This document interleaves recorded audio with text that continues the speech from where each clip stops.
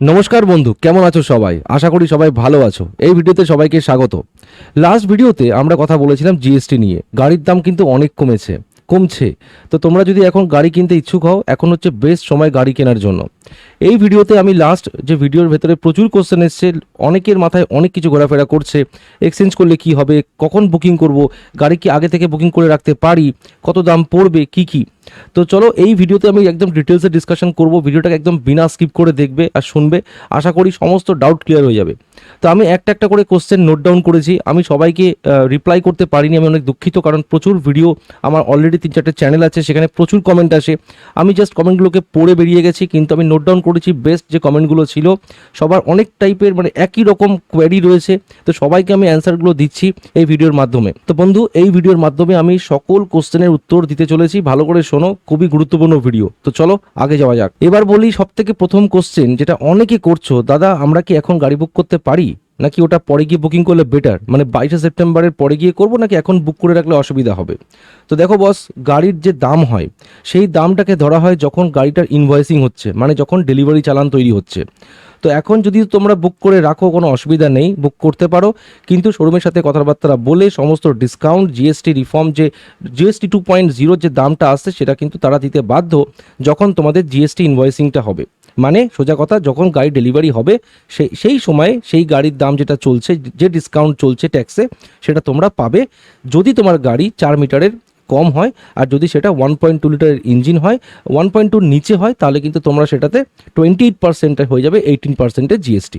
মানে এটা হচ্ছে মোদ্দা কথা, ঠিক আছে? তো তোমরা কিন্তু এখন গাড়ি বুক করতে পারো। তো প্রথম কোশ্চেনের অ্যান্সার আমি দিয়ে দিলাম। নেক্সট কথা বলি বন্ধু, অনেকেই একই কোশ্চেন করছো, যাদের কাছে পুরনো গাড়ি আছে তারা আমাকে জিজ্ঞেস করছো, দাদা এখন কি আমি এক্সচেঞ্জ করে নতুন গাড়ি নেবো?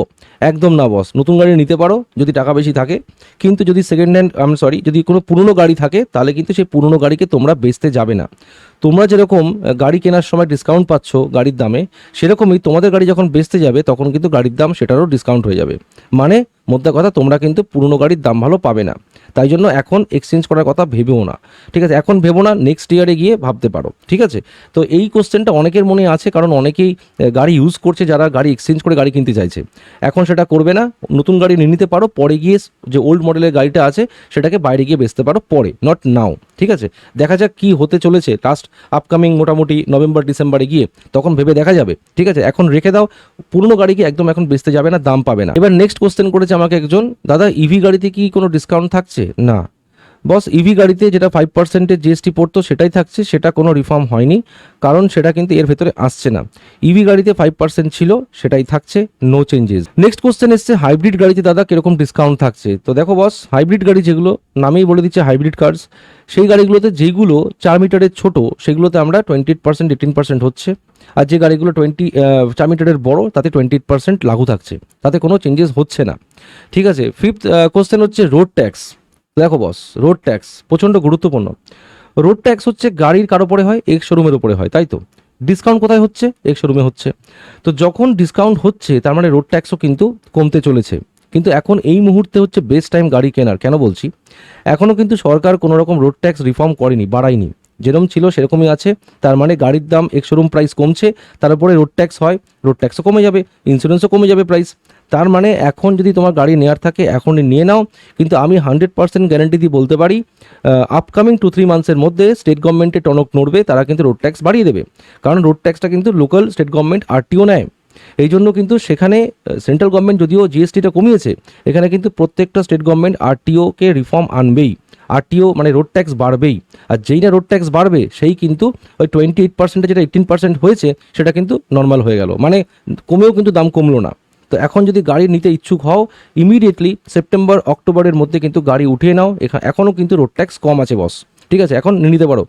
এরপরে হচ্ছে নেক্সট কোশ্চেন হচ্ছে, which car giving the bigger benefits? এরপরে কোশ্চেন করেছে, দাদা কোন গাড়ির দাম সব থেকে বেশি কমছে? তো বস, কোন গাড়ি, অনেক কটা গাড়ি আছে, সব থেকে বেশি বেনিফিট পাচ্ছে ডিজেল গাড়িগুলো, যেরকম টাটার নেক্সন, হুন্ডাইয়ের ভেনুর ডিজেল, ঠিক আছে, সনেটের ডিজেল, XUV3 এক্সোর ডিজেল।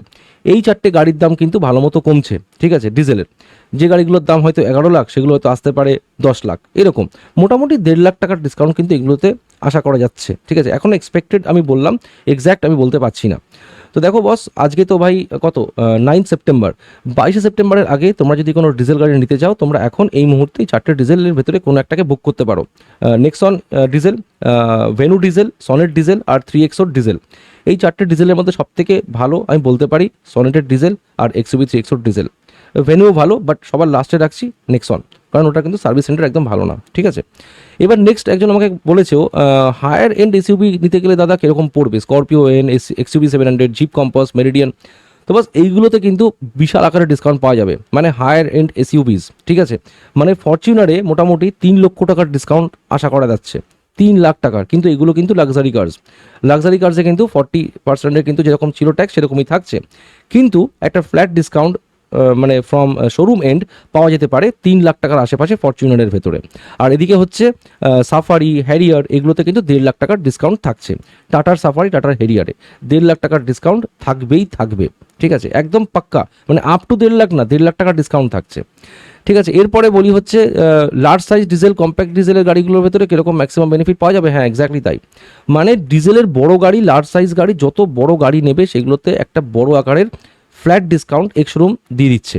কারণ ছোটো গাড়িতে তো ডিসকাউন্ট পাচ্ছি, তার সাথে সবথেকে লাভবান হচ্ছে মিড সেগমেন্ট গাড়ি, মানে যেরকম ব্যালেনো, যেরকম গ্লানজা, ঠিক আছে, যেরকম i20, এইগুলোর কিন্তু দাম অনেকটাই পড়ে যাচ্ছে, কারণ এগুলো মিড সেগমেন্ট গাড়ি, ঠিক আছে। আর যেটা মিড মডেল থাকবে সেই মিড মডেলটারও দাম কিন্তু কমে যাবে। এবার একজন কোশ্চেন করেছে, দাদা পেট্রোলের গাড়ি নিলে পারে কোন কোন গাড়ির ভেতরে সবথেকে বেশি ডিসকাউন্ট থাকছে। এবার আমি ভালো করে বুঝিয়ে বলি। যে গাড়িগুলো লো বাজেট গাড়ি, মানে অল্টো K10, i10, এক্সটার, একদম ব্যালেনো সিগমা মডেল, যেগুলো একদম বেস মডেল, যেগুলো বা সুইফট, ঠিক আছে, বা ইগনিশ, এই সমস্ত গাড়িগুলোতে কিন্তু আমরা ডিসকাউন্ট অলরেডি পাচ্ছি, মানে 20%টা 18% হচ্ছে, নাম্বার 1।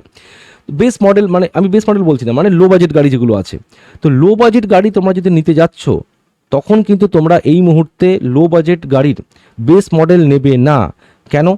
কারণ বেস মডেলে তোমরা যে প্রফিটটা পাচ্ছ তার থেকেও বেশি প্রফিট পাবে তোমরা হায়ার মডেলে। তোমরা কিন্তু এই গাড়িগুলো নিলে পারে, সাপোজ তোমরা ওয়াগানার নিচ্ছ, তোমরা কিন্তু ওয়াগানারের এলএক্সআই নেবে না, ভিএক্সআই নেবে না, এখন নিলে পারে ওয়াগানারের টপ মডেল নাও।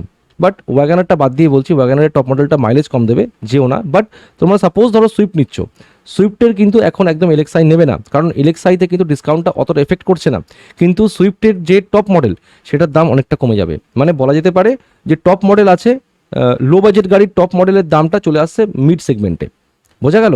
মানে অল্টোর এলএক্সআই, ভিএক্সআই প্লাস, তাই তো। তো অল্টো ভিএক্সআই প্লাসের দামটা কিন্তু অনেকটাই কমবে কম্পেয়ার টু অল্টোর এলএক্সআই। মোটামুটি বলা যেতে পারে অল্টোর ভিএক্সআইয়ের যে দামটা ছিল সেটার আশেপাশে চলে আসবে অল্টো ভিএক্সআই প্লাসের দামটা। তো এখন তোমাদের বাজেট যদি মোটামুটি 8 লাখের মধ্যে কোনো গাড়ি নাও, মোদ্দা কথা, তোমরা সেই গাড়ির টপ মডেল নাও। আর যদি হায়ার এন্ডে যাও, যেরকম ব্রেজা, সেটা 1.5 লিটার, সেখানে কিন্তু বস ট্যাক্স পড়বে 40%, সেখানে কিন্তু ডিসকাউন্ট বেশি থাকছে। তবুও এখন আমি বলতে পারছি না ব্রেজার দাম কত হবে, কারণ ব্রেজাতে কিন্তু মোটামুটি ফ্ল্যাট একটা ডিসকাউন্ট পাওয়া যাবে 55,000 রুপিস। আর একটা গুরুত্বপূর্ণ তথ্য বলে দিই, তোমরা যদি মারুতি ব্রেজা অথবা আর্টিগা এই দুটো গাড়ি নিতে চাও, এই দুটো গাড়িতে সমস্ত শোরুমে 22 সেপ্টেম্বরের পরে যে দামটা হবে সেই ডিসকাউন্টটা এখনই দিচ্ছে। আর্টিকাতে মোটামুটি 45,000 টাকার ডিসকাউন্ট থাকছে, আর ব্রেজাতে মোটামুটি 55,000 টাকার ডিসকাউন্ট থাকছে। আর ব্রেজার বেস মডেলে মোটামুটি 40,000 ডিসকাউন্ট থাকছে, ব্রেজার টপ মডেলে 55,000 টাকার ডিসকাউন্ট থাকছে। এটা একটা আপডেট ছিল, ঠিক আছে। তো তোমরা আমার মতে মোটামুটি মিড সেগমেন্ট গাড়ি নাও আর টপ মডেল নিয়ে নাও, বেটার হবে, ঠিক আছে। তো চলো, এই ভিডিওটা লম্বা করছি না, এতটুকু রাখছি। কোনো ডাউট থাকলে অবশ্যই কমেন্ট করবে, আমি সেই কমেন্টের উপরে ভিডিও বানিয়ে চলে আসবো, ঠিক আছে। দেখা হচ্ছে পরের ভিডিওতে, লাইক করবে, সাবস্ক্রাইব করবে। Till then take care guys, bye by.